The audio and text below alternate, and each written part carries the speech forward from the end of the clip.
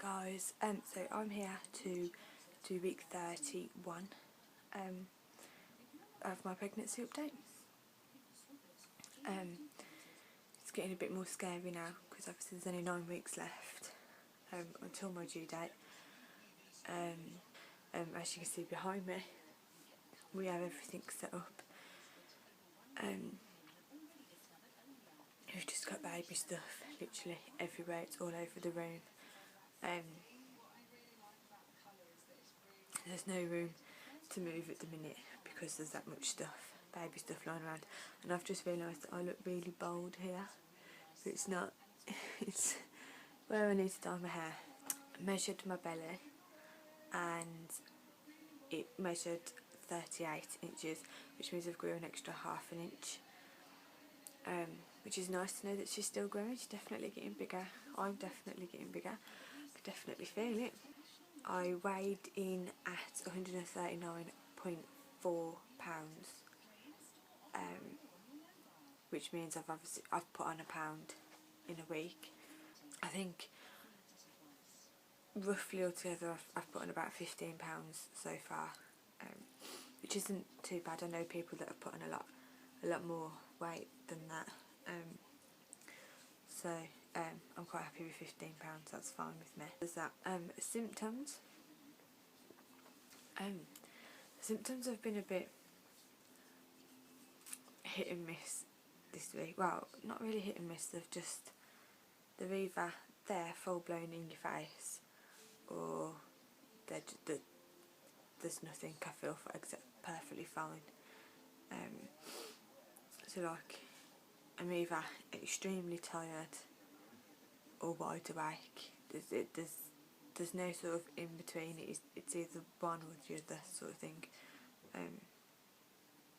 It's a bit annoying because obviously I don't know what to do, and I can't plan my days ahead of themselves. I have to plan it on that day. So like Thursday I'm meant to be meeting a friend, and I've said provisionally okay, I'll go, but I know that come Thursday it's going to be, if I'm wide awake then yeah, that's fine, I'll go, and if I'm tired then I won't be going because I just won't want to do anything. So along with the tiredness, I've had no energy at all to do anything. When I'm tired I don't want to do anything, I just want to lie there. Heartburn is causing a serious issue now. I get it daily. I wake up with heartburn, I go to bed with heartburn. There isn't a moment that goes past that I don't have heartburn, sort of thing. I am currently having this, which tastes absolutely horrible, and it's only Tesco's, but it's horrible. It's aniseed flavour, but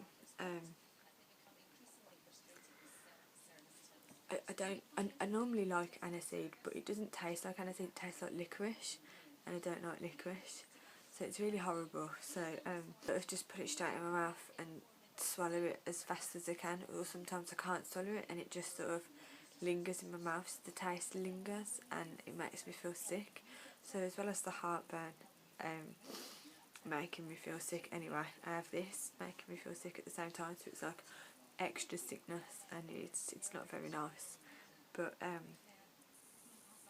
yeah, this is it. When it works after I swallowed it, and when it works, it's a lifesaver for about an hour, and then I'm back to heartburn hell. That's really it for like symptoms. Nothing else has really changed. Everything's sort of in and out the same sort of thing. So yeah. There was a major thing that happened on Saturday, which was when I would have been 30 weeks and 5 days. I woke up and I was leaking a very, very watery fluid. There was no smell to it or anything like that, but I thought nothing of it at the start. I just thought it was just a bit of discharge, and then it continued on and off throughout the day. So I rang delivery suite, they put me through to a midwife, and the midwife said just to come straight in and to get checked, and I thought, oh great, here we go. I was hospital for about 4 o'clock on the afternoon.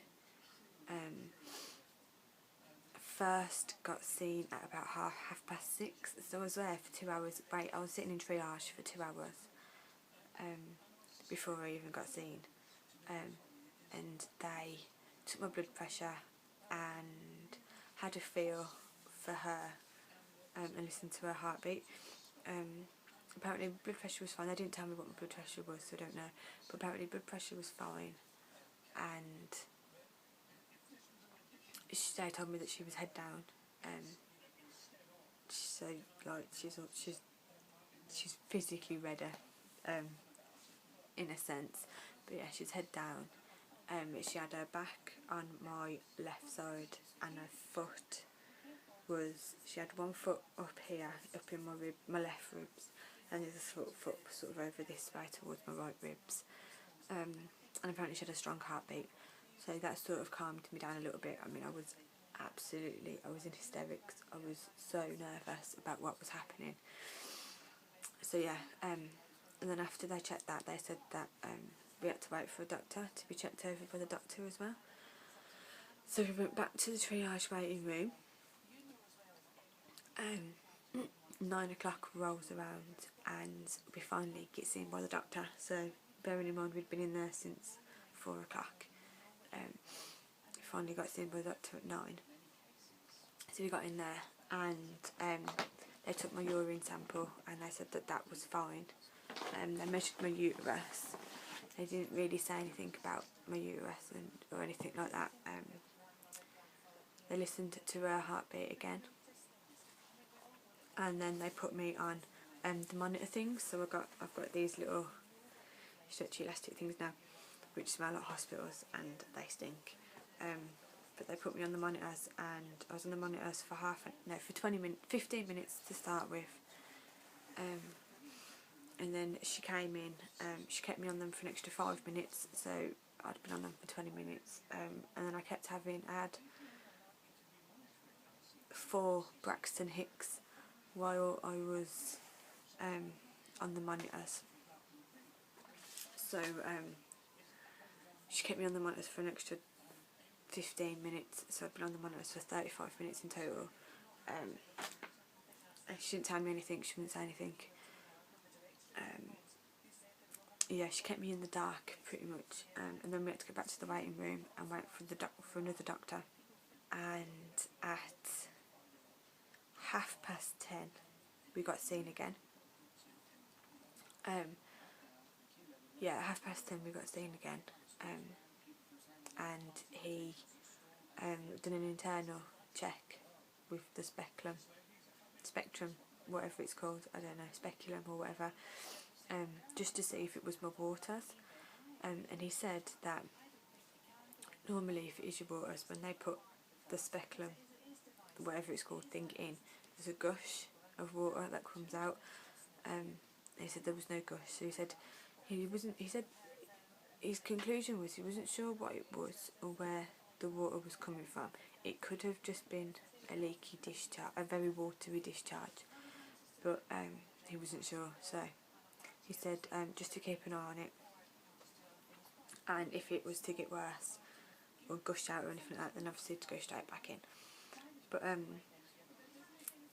it's been on and off. It hasn't been as bad as it was. Obviously there was quite a lot on Saturday, but since Saturday there hasn't been that much, so things are looking well, I suppose. I suppose I will show you my ever-growing baby bump. So this is my bump from the side, obviously, at 31 weeks. The midwives at the hospital reckon that she's dropped, and I was looking back at photos yesterday, it definitely does look like she's sitting a lot lower. So this is it from the front, looking all round, and from the other side, and